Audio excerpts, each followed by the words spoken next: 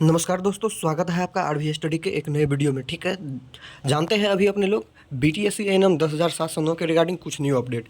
ठीक है दोस्तों, आप लोग जो है इस वीडियो को गौर से ज़रूर सुनिएगा, क्योंकि जो मैं बात बोलता हूँ आप लोग उसका जो है उल्टा मतलब समझ लेते हैं। मैं आप लोगों को इतना बार बोला हूँ कि देखिए, मैं किसी के पक्ष में नहीं बोलता हूँ। ठीक है, जो रियलिटी है आपको रियलिटी को एक्सेप्ट करना पड़ेगा। ठीक है, चाहे वो आपको बुरा लगे चाहे वो आपको अच्छा लगे, रियलिटी को तो आपको एक्सेप्ट करना पड़ेगा।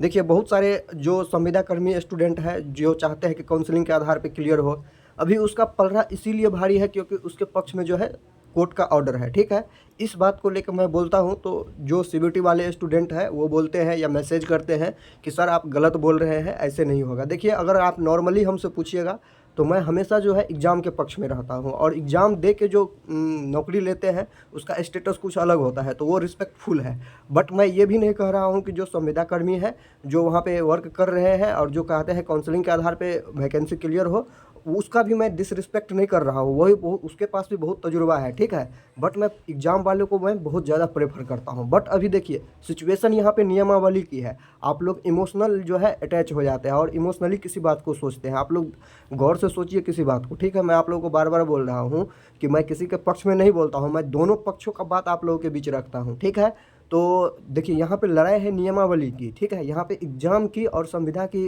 लड़ाई नहीं है। ठीक है, अगर आप सुप्रीम कोर्ट में भी केस अगर डायल किए हैं कि सुप्रीम कोर्ट में भी आप दोनों पक्षों ने केस अगर किया है, और वहाँ पे भी अगर आप जाइएगा तो किस चीज़ के लिए लड़िएगा? ये इस चीज़ के लिए थोड़े ना वहाँ पे लड़िएगा कि हम एग्ज़ाम क्वालिफाई किए हैं, ये नहीं किया है। ये ऐसा ऐसा नहीं है। आप देखिए, आप हाई कोर्ट में भी लड़े तो किस चीज़ पे लड़े थे कि नियमावली के आधार पे। तो नियमावली की लड़ाई है यहाँ पे दोस्तों। अगर एग्ज़ाम की बात आएगी और उस पर अगर सिलेक्शन की बात आएगी तो ऑब्वियसली मेरा फेवरेट जो है हमेशा एग्ज़ाम बेसिस पे रहता है। कोई भी सरकारी नौकरी हो, अभी के दौर में कोई भी सरकारी नौकरी हो तो उसका जो है चयन प्रक्रिया और काउंसलिंग प्रक्रिया हमेशा एग्ज़ाम के आधार पे ही होना चाहिए। ठीक है, क्योंकि जिस प्रकार से अभी यहाँ पे जो है बेरोज़गारी है, आप लोग भी जानते होंगे कि देश में कितने बेरोज़गारी है, कितने चरम पे है। ठीक है, तो वहाँ पे जो है योग्य व्यक्ति है उसी को जो है कार्य मिलना चाहिए। ये इस बात के लिए मैं हमेशा जो है सीबीटी क्वालिफाई स्टूडेंटों का जो है सपोर्ट करूँगा। ठीक है, लेकिन बात यहाँ पे नियमावली की है, और जो नियमावली की बात है, जो अभी यहाँ पे जो सिनारियो चल रहा है, उस सच्चाई को तो आप झुठला नहीं सकते हैं। जो सच्चाई है उस सच्चाई को तो आपको एक्सेप्ट करना पड़ेगा, चाहे वो आपके फेवर में हो चाहे वो आपके फेवर में नहीं हो, चाहे वो मेरे फेवर में होगा। जो सच्चाई है वो हमको भी मानना पड़ेगा। ठीक है, तो देखिए यहाँ पे दोस्तों, यहाँ पे बात रही, यहाँ पे कोर्ट ने कहा है कि सक्षमता परीक्षा दीजिए या इस्तीफा दीजिए। ये देखिए, ये कुछ इस प्रकार से है कि अभी जो टीचर वाली जो अभी वैकेंसी बहुत सारी आ रही है, आप लोग को भी पता होगा, उसमें हुआ है क्या कि पहले ऐसे ही जो है संविदा के आधार पे जो है उन लोगों का चयन हुआ था बहुत दिन पहले। ठीक है, तो संविदा के आधार पे उसका चयन हुआ था, तो उनको बोला गया है बिहार सरकार के द्वारा जो है शिक्षक पात्रता परीक्षा जो है एक लिया गया है। शिक्षक पात्रता परीक्षा करके जो है कोई एक परीक्षा लिया गया है, और उसको अपडेट करने के लिए बोला गया है कि मतलब जो भी पुराने टीचर है वो ये एग्ज़ाम जो है क्वालिफाई कीजिए और फिर से जो है वो अपना कार्य कर सकते हैं। लेकिन यहाँ पे जो संविदा वाले स्टूडेंट थे वो कह रहे हैं, सुप्रीम कोर्ट में जाके उन्होंने केस डायल किया और बोला कि हम एग्ज़ाम देना नहीं चाह रहे हैं। तो इसके जवाब में सुप्रीम कोर्ट ने जो है उन लोगों को बोला है कि आप लोग जो है देखिए, शिक्षक क्या होता है आप लोग भी जानते हैं। जितने भी स्टूडेंट अभी यहाँ पे हैं सभी जो है, और जितने भी सीबीटी वाले हो या संविदा वाले हो या और भी जो स्टूडेंट है, सभी जो है शिक्षक से ही पढ़ के आते हैं, और प्राइमरी एजुकेशन बहुत ज़रूरी होता है। ठीक है, अगर प्राइमरी एजुकेशन अच्छा नहीं हो तो अपर क्लास में बहुत डिफ़िकल्टी आती है, ये आप लोग भी जानते हैं। तो वहाँ पे प्राइमरी एजुकेशन में तो इसीलिए जो है सुप्रीम कोर्ट जो है उन लोगों को बोला कि या तो आप पात्रता परीक्षा दीजिए या आप नौकरी से जो है रिजाइन दीजिए। तो देखिए, यहाँ पे मैं अपना पक्ष आप लोगों के बीच रख रहा हूँ। देखिए, ये संविदा वाला जो है केस ये अलग है, और ये जो आप देख रहे हैं शिक्षक वाला केस ये अलग है। दोनों अलग अलग चीज़ है। ठीक है, और फिर यहाँ पे आप बोलिएगा कि संविदा वालों के जो 2018 के नियम के आधार पर चाहते हैं उसका पक्ष ले रहे हैं आप। जी बिल्कुल नहीं, मैं पक्ष नहीं ले रहा हूँ, मैं सच्चाई आप लोगों को बता रहा हूँ। ठीक है, मैं जो सच्चाई है वही बोल रहा हूँ आप लोगों को। देखिए, दोनों केस अलग अलग है। ठीक है, दोनों केस यहाँ पे जो है अलग अलग है। ठीक है, यहाँ पे एक पढ़ाई की बात हो रही है और यहाँ पे एक क्या हो रहा है, यहाँ पे आप लोग जो है देखिए यहाँ पे एक्सपीरियंस बहुत मायने रखता है। आप लोगों के क्षेत्र में क्या है कि एक्सपीरियंस बहुत ज़्यादा मायने रखता है, ठीक है, मेरे हिसाब से। तो इसीलिए जो अगर इन दोनों चीज़ों को अगर जोड़िएगा, दो अलग अलग चीज़ों को, तो कहने के लिए तो अच्छा होगा कि हाँ ये बढ़िया है, बढ़िया है। मैं अभी भी बोल रहा हूँ कि सुप्रीम कोर्ट जो है फैसला को चेंज भी कर सकता है, जो हाई कोर्ट फैसला दिए हैं उसको सुप्रीम कोर्ट चेंज भी कर सकता है, ठीक है। तो मैं ये नहीं कह रहा हूँ कि फैसला चेंज नहीं होगा, बट ये दोनों बात अलग अलग है, ठीक है। कहने के लिए एक जैसा दिखता है लेकिन ये दोनों बात जो है अलग अलग है। यही बात लेके मैं आप लोगों के बीच आया था, क्योंकि मैं देख रहा था कि बहुत सारे लोग जो है इन दोनों बातों को जो है एक ही मिला रहे थे।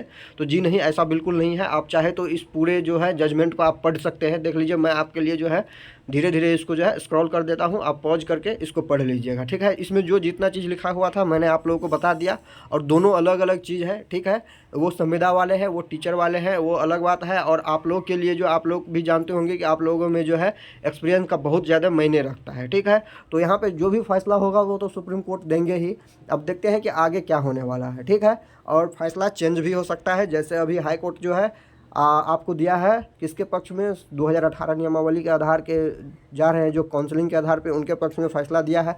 अगर सुप्रीम कोर्ट को ये अगर गलत लगेगा, सुप्रीम कोर्ट को अगर ये गलत लगेगा तो सुप्रीम कोर्ट इसको चेंज कर सकता है। देखिए मैं अपने हर एक वीडियो में आप लोगों को बता रहा हूँ, अगर सुप्रीम कोर्ट को लगेगा कि हाई कोर्ट का फैसला, अगर सुप्रीम कोर्ट को लगेगा कि हाई कोर्ट का फैसला गलत है, तो उसको वो गलत करके वो जो है सीबीटी क्वालिफाइड स्टूडेंट के पक्ष में भी फैसला दे सकता है, ठीक है। इसीलिए आप लोग जो है टेंशन नहीं लीजिए, ठीक है। कुछ ही दिन का बात है, क्योंकि आप ही लोग के द्वारा जो है टाइम एक्सटेंड करवा दिया गया वहाँ पे। तो कोई बात नहीं, आप लोग अच्छे से जो भी दोनों पक्ष हैं अच्छे से अपना प्रिपेयर कीजिए, और अपने अपने तथ्यों को जो है रखने के लिए तो सब तो तैयार ही है यहाँ पे। तो देखते हैं कि अगला हेयरिंग कब होता है, तो उसके हिसाब से जब भी हेयरिंग होगी तो आपको जो है 1 से 2 हेयरिंग में इसका जो है आपको पता चल जाएगा कि क्या होने वाला है, ठीक है।